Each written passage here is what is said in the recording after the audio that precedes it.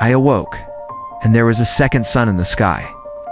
I didn't look at it in person, though the news broadcasts and internet forums were shouting, "Warning, adamant, do not go outside and do not look at the second sun."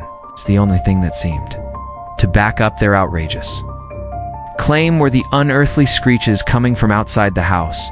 It seemed people had managed to snag images of the second sun. We were told by the news that looking at a photo or a video was safe, but looking at it directly with the naked eye would cause issues. The clip I saw was a shaky phone video posted online by someone filming from their apartment window somewhere. On the other side of the world, the camera pointed towards the sky, and there it was, the sun. And just below it, unmistakably another. Its color was off dark red, like heated metal cooling in water. Around it, a pulsing blue halo flickered, expanding and contracting in rhythm like a heartbeat. The video ended abruptly. The phone clattered to the carpeted floor, and from the poster, off-camera, came a low, groaning sound. The urge to look outside the window was definitely tempting. But every bit of media I saw said the same thing: stay put and don't look. My girlfriend, Alice, who had woken up next to me, started crying a little as she tried to call her parents. Ever since we'd snapped onto our phones that morning, she'd been redialing over and over, desperate to reach them. She was terrified they might have already succumbed to whatever was out there in the sky. They didn't answer any of her calls. I told her the lines were probably jammed with other people doing the same thing, but it just kept ringing out. No voicemail. No disconnection. "It's fine, babe," I stammered, trying to reassure her. She sniffed. "They always answer." She tapped the screen again. "They always answer." We'd been stuck in our house for over 2 hours. Social media was exploding with more and more footage. Not of the suns themselves, no one wanted to look at them directly, but of the effect they were having outside. Cars were crashing. People ran through the streets in a panic, or just stood motionless, staring upwards, either wired like they were on something, or stunned into stillness. Some were fighting, first fists and kicks, then the clips grew darker. Weapons. Knives. One video showed someone beating another person with a crowbar, while bystanders just stared, unmoving. We couldn't hear gunshots echoing around our neighborhood. But I started to worry it was only a matter of time. I realized after watching those clips that I was afraid. Afraid of the suns? Fortunately for us, our house is a vampire's lair. Dark curtains, thick walls, barely a sliver of sunlight even on a good day. It felt almost purpose-built for this very moment. We were protected from the ever-glowing orb in the sky, now joined by another impossible celestial body. I was, of course, confused, trying to make sense of it, all when the neighbors began to yell. We couldn't make out what they were saying, but it sounded like they were fighting. Just like the videos online shouting that turned to screaming, I dared a peek outside. Knowing the window adjacent to our neighbor's house didn't face either of the suns, much to my girlfriend's pleading, I pulled back the curtain and looked out. On the porch stood the couple next door. Husband was holding a baseball bat. He looked like he was threatening his wife. Again, I couldn't make out the words, but they were so loud. I listened more intently than I heard. They weren't saying anything at all. Just noise, yells, grunts, groans, empty exclamations of sound with no meaning behind them. And then he hit her. Over and over he brained her. A sickening crack of solid wood against bone echoed across the porch, splitting her skull and spilling its contents in a glistening mess. He didn't stop there. He kept striking, hammering the wet paste that had once been her head again. And again and again, I was frozen, fixated on the horror playing out in front of me. The realization of what I was witnessing crept in slowly, like cold water rising. Around my legs, my stomach turned. I held back the nausea and finally forced myself to pull away from the window, just as I did. I saw him look up to the sky and scream at the top of his lungs, "Not me, not me." I double-checked the locks on our doors and made sure the volume on the TV stayed low. I held myself, arms wrapped tight as the sounds of chaos outside grew louder. At some point, I stopped checking my phone. I couldn't keep watching the news. It didn't make any sense. My girlfriend, though, couldn't tear her eyes away from the screen. She sat curled up on the lounge, knees tucked to her chest, barely even noticing the sick I'd thrown up at the base of the window. Was this the rapture? A mass hallucination? I didn't want to know. All I did know was that wherever it was daylight in the world, chaos reigned, and the nights didn't seem much better. I'd seen a video earlier from someone in Europe, France, I think. They were running through the streets at night, filming. On their phone? I couldn't understand their French, but the panic in their voice said enough. The power was out. The only light came from their phone as it bobbed and shook. They turned the camera to reveal a cobbled street. Two others ran alongside them, and something sprinted out of the darkness, fast, hunched, wrong. What speared one of the runners straight through the chest and dragged them screaming into a side alley. The camera whipped around to the poster's face, sobbing. Shaking, they muttered something through their tears, while behind them came the unmistakable sound of tearing flesh. The video ended there. I hope they made it somewhere safe. But I don't know. For the next few hours, silence reigned. Only the whispers of the television broke it, soft and distant, playing new footage of the twin suns as they crested high in the sky. Alice couldn't stop watching. She sat in front of the screen, still and silent, waiting for her phone to ring.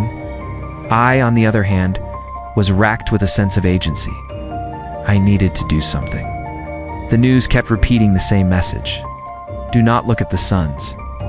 But posts online were conflicted. Some claimed it was safe to walk outside as long as you didn't look up. Feeling powerless, crept over to the front door and cracked it open, trying not to make a sound, not wanting to spook Alice. I hesitated and held my hand out into the sunlight. At first it felt normal. It's warm, like a summer morning. But then, something else. Inside the warmth, deep in my bones, there was a chill. A slow, crawling cold that radiated inward, not on the skin, but within the muscles. Within the marrow, it was like my body didn't know how to interpret the light of the second sun, still looking down. I stepped outside involuntarily. The heat washed over me, but the cold inside me tightened. It sank into my gut, my joints, the pit of my stomach. I clenched my fists, the strange sensation overwhelming. The urge to look up was immense, gripping, but I kept my head down. Panic rose in me. What am I doing? I stepped back inside as quick. As I stepped out, I shut the door, locked it, and leaned against it, breathing hard. I decided not to trust what the internet says anymore. The cold feeling eventually left, but something else left with it. I don't know how to describe it. Whatever people online were saying, they were wrong. You're not safe in that light. Even if you don't look up, you're not safe. I felt hollow afterwards, like my body had locked into a state of heightened tension and couldn't let go. As if I was wading through a pool of sharks, every muscle tight, knowing they were just one twitch away from tearing me in half. And then there's the fact. I stood and watched someone beat their partner to death with a baseball bat. I willingly walked outside with that psychopath around. What the hell was I thinking? Told myself it was a stupid thing to do, going outside like that, but when I think back on it now, I'm not sure I even had a choice. Did I decide to step out there, or did something decide for me? I don't know anymore. The suns were nearing the horizon, or so I guessed, as a reddish tinge began to sliver through the curtains. Social media had gone quiet. The news had stopped broadcasting, just footage of the twin suns beginning their descent. Alice hadn't moved. I hadn't spoken to her since I stepped outside. I hadn't told her how stupid I'd been. I sat down beside her and held her. She didn't react, didn't even blink. I was beginning to shake when I heard another scream. Help. A woman's voice just outside our house. Help. The plea was long and drawn, outragged, like someone caught in a bear trap. Her cries got louder and louder, each one more desperate than the last. Help. I pulled away from Alice and stumbled to the front door again. I didn't open it this time, but I did peek through the window. The woman stood motionless in the street, her clothes torn as though she'd run through a chain-link fence. Cuts and abrasions covered her body. In her half-naked state, she stared straight at the suns. Her screams rose in pitch, louder, higher. Her whole body trembled, and the sound she made became wrong-strained, gurgling, warping as if her body no longer knew how to produce a scream. Then it stopped. Something rose from her throat, her jaw dislocated with a sickening snap, cheeks tearing violently as a split opened from chin to scalp. The top of her head flopped backwards, hanging loose and useless as an arm tore out of her. No, from inside her. The arm was as long as she was tall, sinewy, and blood-slicked, its red skin pulsing like something half-formed and still wet. It rose, slow and deliberate, out of her crumbling frame. I couldn't bear to look any longer. I slammed myself to the floor, pressing my body flat. I didn't want it to know I was there. The sounds that followed were worse. Her body tore and ripped, popped, split, gurgled, flopped like something was turning. Her inside out, I don't know how much sick I had left in me, but all of it ended up down my front. And I didn't move. I couldn't move. The screech from whatever creature was outside filled the air, rising in pitch until it felt like it was splitting the world in half. Oh. Then I heard others' faint echoes picking up the call, far across. The neighborhood. Chorus of things that should not exist. I sobbed quietly, trying not to breathe too loud. After a while, the thing outside left. I slowly peeled myself off the floor and sat back against the wall, arms wrapped around my knees. I didn't even notice Alice standing in front of me just out of sight until I felt her presence. That shift in the air, the subtle pressure of being watched. I looked up. She was perfectly still. She stood over me like a doll placed in the wrong room, head tilted ever so slightly back. Her eyes were locked on the ceiling, unblinking, unseeing, or maybe seeing more than I ever could. Then she looked down. Her eyes were too red, too wide. The skin around them was stretched thin and raw, like she'd been staring without blinking for hours. Blood vessels spider-webbed across the whites, cracking them like broken porcelain. She stared through me, into something far beyond me. Her grin widened. The TV, it hadn't been safe after all. Can't you hear it? She said, her voice muffled by clenched teeth. What, they call to us? Yes. Her tone was calm, almost reverent, as if she were describing a song only she could hear. I shivered. That same noise the creature made echoed in the back of my mind. You must see it, she said again. And this time she stepped closer. Her eyes darkened, pupils bleeding into red. It looked like something was boiling behind them. Her tears came next thick. Viscous blood ran down her cheeks in slow, symmetrical streams. She reached out. Her hand was warm, comforting. The opposite of that coldness I'd felt in the light. And for one horrible moment, I felt blood dripped from her nostrils, her ears, the corners of her smiling mouth. But she didn't care. I soon couldn't care. I looked past her, over her shoulder, to the television. The suns were there. The broadcast hadn't ended. The camera had zoomed in on the unnatural one, its surface pulsing in slow hypnotic rhythm. I stared. It was beautiful.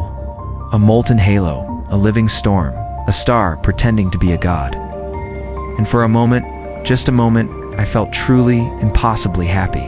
Then it blinked.